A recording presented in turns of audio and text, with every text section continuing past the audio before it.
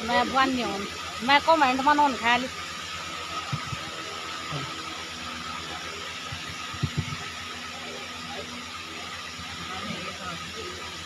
पहले तो आप सभी को नमस्कार।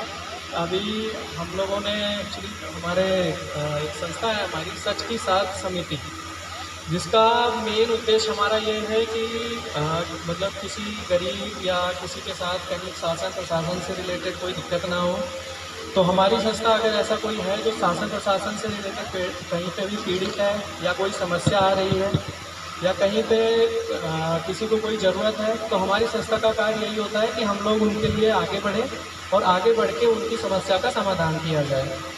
तो इसी उपलक्ष्य में अभी हमारे पंच से रिसेंटली और किसी से बात हुई थी, तो हमने इस बार एक सम्मान समारोह छोटा सा अपना हरिद्वार में आयोजित किया हुआ है।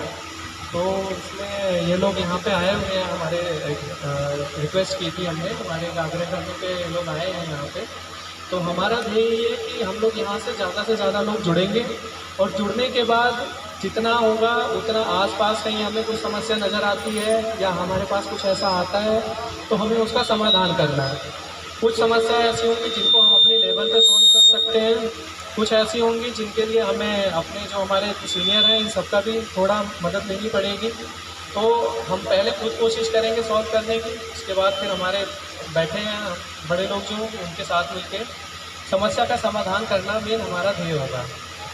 तो सबसे पहले सम्मान समारोह में हमारे गणेश सिंह जी हैं, तो मैं उनसे रिक्वेस्ट करूंगा कि एक थोड़ा सा हमारी तरफ से कुछ मुद्दे हैं उनको स्वीकार करें। बाकी प्रवीण जी सभी का धन्यवाद।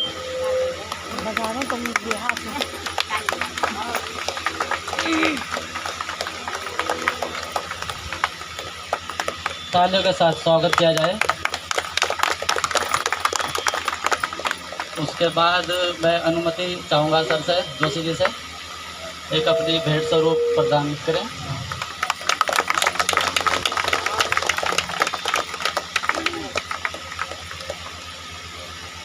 धन्यवाद। उसके बाद पद जी सर मुख्य अतिथि के रूप में अपना मुख्य स्वरूप सम्मान अर्पित। इसी के साथ आगे की कड़ी में प्रेम जी, सभी की तालियों के साथ धन्यवाद।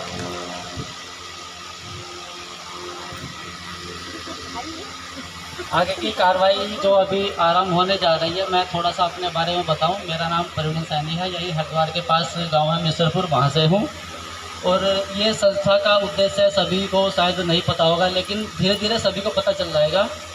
मेन उद्देश्य क्या है, कुछ हमारे ऐसे काम होते हैं जो हमारे ही स्तर से सही नहीं हो पाते, मतलब उसमें हमें अच्छी तरह से सफलता नहीं मिल पाती। पैसे से संबंधित हो या अलग बहुत सारे सरकारी संस्था के हों या ऐसे बहुत सारे सामाजिक कार्य होते हैं जिसमें हम अगर अकेले काम करना चाहें तो उसमें अच्छी तरह से सफलता नहीं मिल पाती। तो आज ये जो एक छोटा सा कार्यक्रम रखा गया था, ये एक शुरुआत है, आगे आपको इसके बहुत अच्छे परिणाम मिलेंगे। और ये एक सामाजिक संगठन है जिसमें हर किसी का, एक तरह से बच्चे का, बड़े का, महिलाओं का, लड़कियों का अच्छे तरह से जो विकास हो सके, सहयोग मिल सके, उनके आगे भविष्य के लिए एक अच्छी कामना हो सके, उसी के साथ ये कार्यक्रम रखा गया है। इसकी आज पहली कड़ी है। आगे आपको इसके बारे में बहुत अच्छे परिणाम, बहुत अच्छी शुरुआत, बहुत अच्छे रिजल्ट मिलेंगे। और आप सभी की सहयोग के साथ हम इस आगे बढ़ाते हैं इस कार्यक्रम को। कार्यक्रम का मेन उद्देश्य आपको पता चल गया होगा, नहीं चला तो थोड़ा सा मैं बता देता हूँ। इसके मुख्य जो है 9 उद्देश्य हैं। 9 उद्देश्य में सबसे पहला है गरीब बच्चों का हर तरह से सहयोग किया जाए। वो शारीरिक रूप में हो सकता है, आर्थिक रूप में हो सकता है। उसके साथ साथ दूसरा उद्देश्य है जो गरीब बच्चे हैं उनको चिकित्सा के रूप में, मानवता के रूप में, वो सब सहयोग हो सकता है। तीसरे नंबर पे आता है कुछ उद्देश्य ऐसे होते हैं या कुछ ऐसे काम होते हैं जो मानवता अधिकार के दायरे में आते हैं, उनको मानव अधिकार के दायरे में रखते हुए ऐसा होता है कि हम उनको अपने ही स्तर से सोल्व नहीं कर पाते हैं। तो उसके लिए हमें कुछ अपने प्रशासनिक शासनिक का सहयोग लेना होता है, तो उसके माध्यम से भी इसमें आपको बहुत ज़्यादा सहयोग मिलेगा। चौथे नंबर पे आता है कुछ हमारे जो पर्यावरण के मुद्दे होते हैं। पर्यावरण एक ऐसा मुद्दा है जिसमें हमें अपने पर्यावरण को संतुलन रखने के लिए बहुत सारे जैसे पेड़ पौधे लगाना या और अच्छे अपने व्यू देना, या आपका जो अलग अलग व्यू हो सकता है, कैसे उसको पर्यावरण को हम संतुलन कर सकें।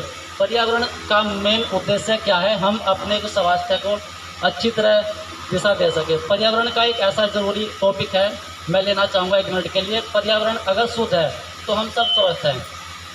कुछ जगह आपने देखा होगा हरिद्वार में अभी बहुत ज़्यादा भीड़ हो रखी है, लेकिन प्रदूषण से जो है ना, जो लोग वहाँ रह रहे हैं वो बता सकते हैं पर्यावरण से कितना वो प्रभावित हैं। यहाँ लोग अगर रह रहे हैं तो बड़ा अच्छा वातावरण मिल रहा होगा उनको। उसके बाद आता है कुछ जो है ना दिव्यांग लोग होते हैं बेचारे, जो अपने शरीर से कुछ ना कुछ बीमारी से ग्रस्त होते हैं, तो उनका भी एक इस माध्यम से उनको निदान मिल सकेगा। दिव्यांग लोगों का बहुत सारे कुछ संस्थाएँ ऐसी चल रही हैं जिन्हें सरकार भी दे रही है, लेकिन उन तक वो सुविधाएँ नहीं पहुँच पाती हैं।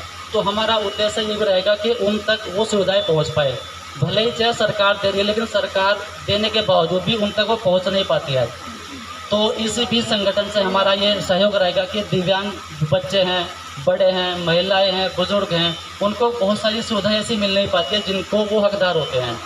उसके बाद हमारा होता है मेन उद्देश्य महिलाएँ सशक्तिकरण। महिलाएँ सशक्तिकरण का एक बड़ा अच्छा उदाहरण है। अगर महिला सशक्तिकरण का सरकार ने भी बड़ा अच्छा वो चला रखा है महिलाओं को आगे बढ़ाने के लिए। तो महिलाओं के लिए मैं एक बार चाहूँगा जरा जोरदार क्लैपिंग हो। महिलाओं ने अपना समय दिया।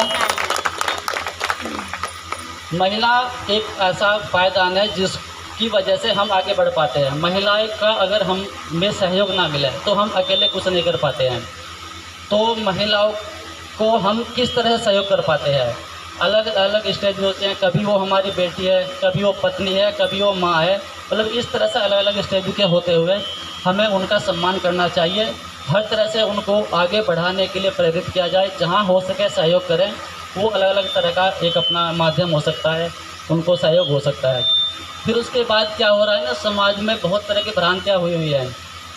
सामाजिक ऐसे होते हैं अन्याय, जिनको वो न्याय के भागी होते हैं लेकिन उनको अन्याय मिलता है। कुछ लोगों का एक पलड़ा भारी होता है, कुछ का एक पलड़ा हल्का होता है। तो कुछ लोगों का ऐसा रहता है मानना कि नहीं हम भारी हैं तो हम जीत जाएंगे। तो वो अगर जीतेंगे वो तब वो जब सच्चाई पे होंगे। सच्चाई उद्देश्य में है सच का साथ देना, उनका आगे बढ़ाना। उसके बाद आता है फिर बहुत सारे ऐसे मजदूर होते हैं। अभी आपके पास में सिडकुल है, तो सिडकुल में बहुत सारे ऐसे वर्कर टाइप में है बेचारे, उनको अपनी पर डे की रोज़गारी जो मिली हुई है उसका एक्चुअल में उनका मानदेय नहीं मिल पाता है। बहुत से ठेकेदार लोग ऐसे होते हैं, वो जो उनकी पर डे के रूप में जो आमदनी होती है उसको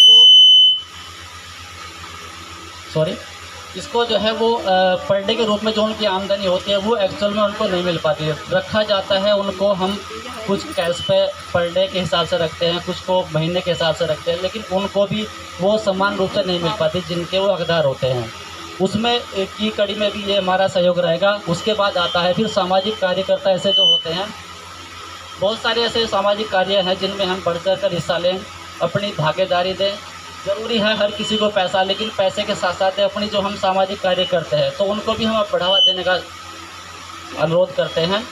और मेन उद्देश्य अपना है सच के साथ देना।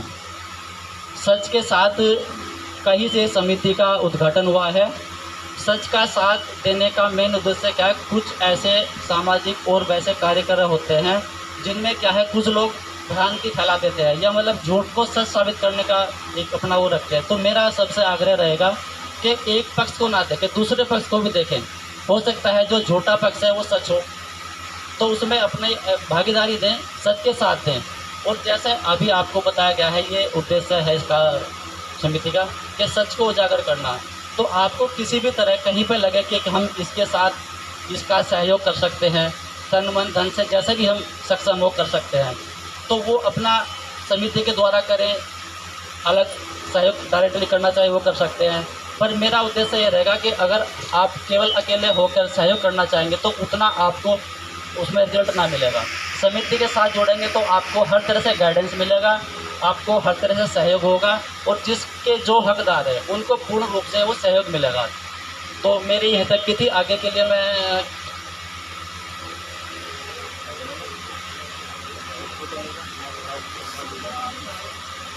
सर को बुलाना